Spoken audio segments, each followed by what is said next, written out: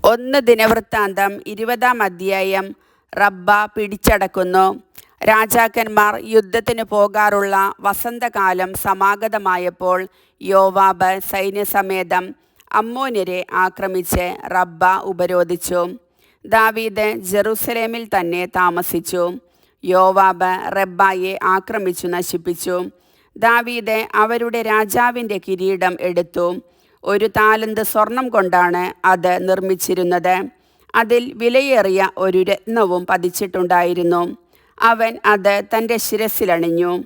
പട്ടണത്തിൽ നിന്ന് ധാരാളം കൊള്ളമുതലും അവൻ കൊണ്ടുപോന്നു. അവിടുത്തെ ജനങ്ങളെ കൊണ്ടുവന്ന് അറക്കവാളും ഇരുമ്പ് പാരയും കോടാലിയും കൊണ്ടുള്ള ജോലിക്ക് നിയോഗിച്ചു.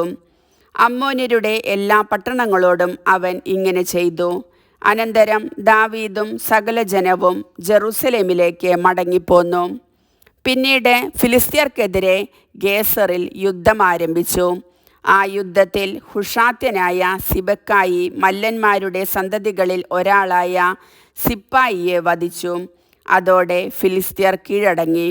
ഫിലിസ്ത്യർക്കെതിരെ വേറൊരു യുദ്ധം കൂടിയുണ്ടായി. അതിൽ ജായിറിൻ്റെ മകനായ എൽഹാനാൻ ഗിത്യനായ ഗോലിയാത്തിൻ്റെ സഹോദരൻ ലഹ്മിയെ വധിച്ചു. അവൻ്റെ കുന്തത്തണ്ട് നെയ്ത്തുകാരൻ്റെ ഓടം പോലെ ആയിരുന്നു. ഗത്തിൽ വെച്ച് വീണ്ടും യുദ്ധമുണ്ടായി.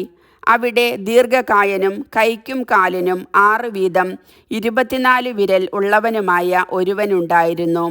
അവനും മല്ലവംശത്തിൽപ്പെട്ടവനായിരുന്നു.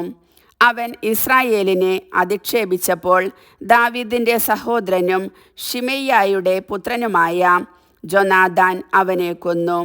ഗത്തിലെ മല്ലവംശജരായ ഇവർ ദാവീദിൻ്റെയും ദാസന്മാരുടെയും കയ്യാൽ നശിപ്പിക്കപ്പെട്ടു. കർത്താവിൻ്റെ വചനം.